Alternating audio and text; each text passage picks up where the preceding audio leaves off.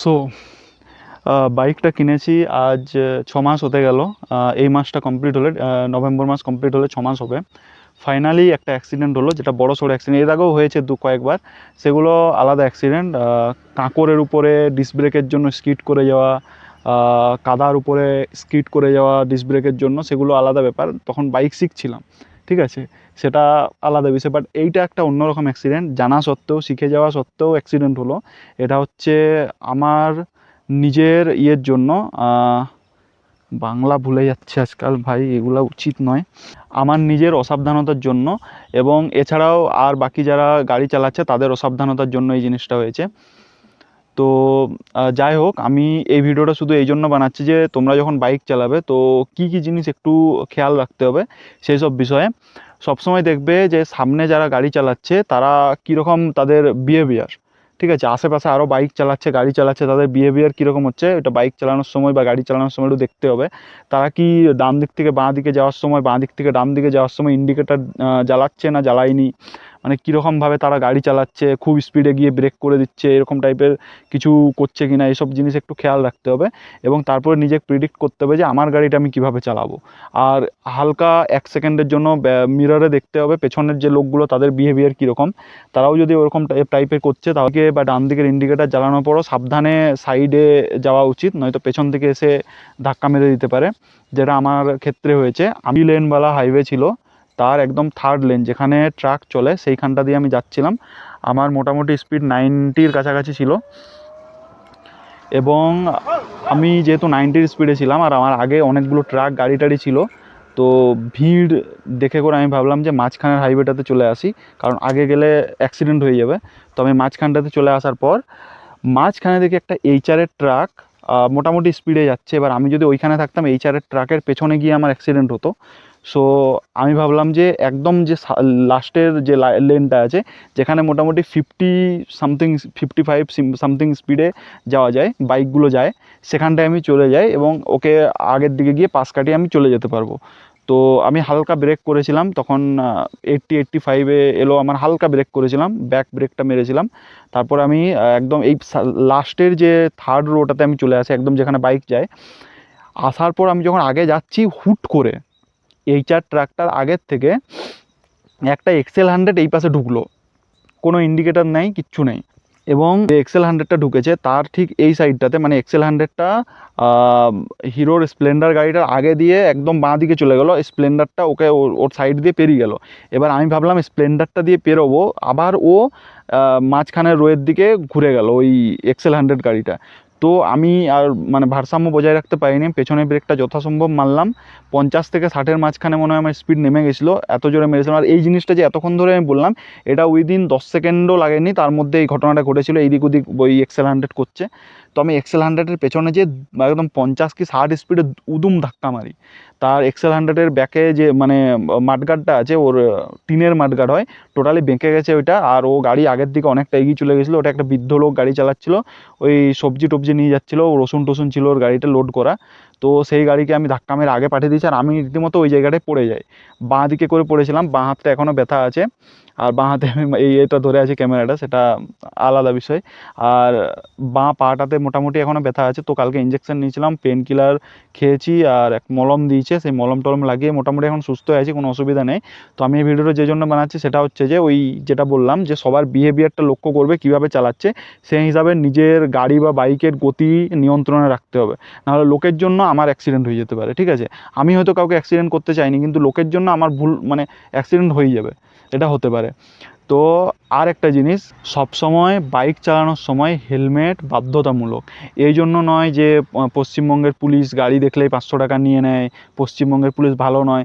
সে ভালো কি ভালো নয় সেটা আলাদা বিষয়, কিন্তু পুলিশ আছে বলে যে হেলমেট পরবো বা পরবো নি এই জিনিসটা কথা নয়। আমার বাইক চালানোর সময় আমাকে অবশ্যই হেলমেট পরতে হবে, সেটা পুলিশের জন্য নয়, আমার নিজের সেফটির জন্য। আজ যদি আমি হেলমেট না পরে থাকতাম, আমার এই জায়গাটা খুলে বেরিয়ে যেত, ঠিক আছে। আমি এখানে বসে এই ভিডিও বানিয়ে জ্ঞান দিতে পারতাম না, আমাকে হসপিটালে পড়ে থাকতে হতো। হেলমেট আমি যদি না পরতাম, এইখানটায় যে লেভেলের লাগতো। পুলিশরা ওই জন্যই বলে যে হেলমেট পরুন, হেলমেট পরুন। ওদের টাকা পয়সা রোজগারটা আলাদা বিষয়, ওরা অ্যাকচুয়ালি চায় যে আপনার বা তোমার জীবনটা রক্ষা করার জন্য।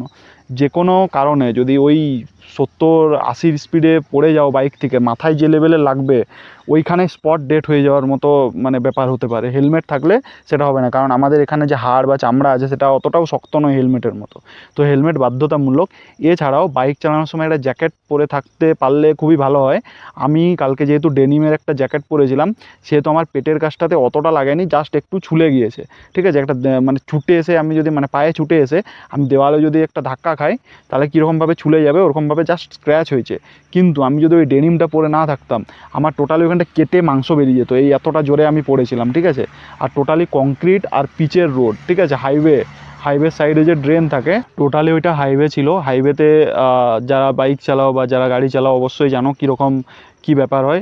টোটালি হার্ড পিচের রোড, তার সাইডে জল নিষ্কাশনের জন্য যে ড্রেন, তার উপরে কংক্রিটের ঢাকনা দিয়ে, পুরো ঢাকনা দিয়ে করা। ব্যাঙ্গালোরের রোড নিশ্চয়ই মানে তোমরা সবাই হয়তো দেখেছো, ঠিক আছে। ব্যাঙ্গালোরের রোড বা এই টাইপেরই রোড আমার মনে হয় গোটা ভারতে হয়তো হয়। আর এখানে রোডের সাইডে একটা হলুদ রঙের দেওয়া আছে, মানে খাঁচা টাইপের জিনিস, যেমন রোড থেকে রোডের বাইরে যে সার্ভিস লেন আছে ওখানে যাওয়া না যায়। এবার যে জায়গাটাতে আমি পড়েছিলাম ওইখানে অন্যরকম টাইপের দেওয়া ছিল, সেই পাহাড় বা পুকুর বা সার্ফ টানে যেরকম দেওয়া থাকে না, একটা লোহার করা, ওই রকমটা দেওয়া ছিল। তো আমি অত দূর পর্যন্ত যাইনি, আমি জাস্ট সেই জল নিষ্কাশনের যে আছে নালাটা, তার উপরে যে ঢাকনার উপরে পড়েছিলাম। আর ওই ঢাকনার উপরে মাথাটা এরকম খুব জোরে লেগেছে, ঠিক আছে। হেলমেট ছিল বলে আমার একটু মাথায় টাথায় কোথাও কোনো ব্যথা নেই, ঠিক আছে। হেলমেটের জন্য আমার একদম কিচ্ছু লাগেনি, কিচ্ছু না, কোনো ইম্প্যাক্টই পড়েনি। আর যেহেতু আমি ডেনিমটা পরেছিলাম, আমার যে হাতের কাছটা, কোনোয়ের কাছটা ছুলে গেছে আর হাতটা এখনও ব্যথা, ঠিক আছে। যেহেতু ডেনিমটা পরেছিলাম সেই জন্য আমার হাতেও সেরকম লাগেনি, জাস্ট একটু আঁচড় লেগেছে, পায়ে লেগেছে। পায়েও আমার বুট পরা ছিল, বুটও পরতে হবে, গাড়ি চালানোর সময় অবশ্যই বুট পরা জরুরি। এবার সেটা হাইওয়েতে বা সেইভাবে কিছু দূর যদি যায়, 50 কিলোমিটার 30 কিলোমিটার, মিনিমাম 15-10 কিলোমিটার গেলেও ওরকম পরা উচিত। বা বাইরে বাড়ির আশেপাশে 1-2 কিলোমিটার যদি নর্মালি আস্তে আস্তে যাচ্ছি, ছোটোখাটো রাস্তা, তাহলে ঠিক আছে নর্মালি। কিন্তু হাইওয়েতে বা রোডে গেলে ওগুলো খুবই জরুরি, এগুলো পরে থাকা। এগুলো পরেছিলাম বলে আজকে আমি মানে বেঁচে আছি বা অতটা সুস্থ আছি যে আমি ভিডিও এসে করে কথা বলতে পারছি, না হলে কিন্তু অবস্থা খুবই খারাপ হতো। আর বাইকের মধ্যে যে সমস্যাটা সেটা হচ্ছে আগের দিকের যে বাঁ দিকের মিররটা আছে ওটার উপরে স্ক্র্যাচ এসছে, বাঁ দিকের ইন্ডিকেটার লাইট ভেঙে শেষ হয়ে গেছিলো। বাঁ দিকে যে পা রাখার জায়গাটা, যেটা গিয়ার চেঞ্জ করার সময় যে পা রাখা হয় বাঁ দিকে, ওটা একদম ভেঙে বেরিয়ে গেছিলো, ওটাকে আলাদা চেঞ্জ করলাম। ইন্ডিকেটার লাইট চেঞ্জ করলাম। নাম্বার প্লেটের যে ফ্রেমটা হয়, ফ্রেমটাও ভেঙে গেছিলো, ওটাও চেঞ্জ করলাম। এবং বাইকে বিভিন্ন জায়গায় স্ক্র্যাচ পড়েছে। বাইকের ভিতরে কী হয়েছে এখনও পর্যন্ত জানা যায়নি, 2-3 দিনে জানা যাবে। আর হ্যান্ডেলটা বেঁকে গেছে, হ্যান্ডেলটা আমাকে ঠিক করতে হবে, এখন একটু সমস্যা। নেক্সট মান্থ ওটা ঠিক করা হবে।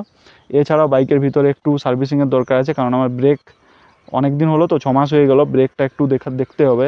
হয়তো ঘষে টসে গেছে না কি হয়েছে, একটু সিরিজ কাগজ দিয়ে যদি ঘষে দেয় তাহলে ব্রেকটা আরও ইম্প্যাক্ট দিতে পারবে।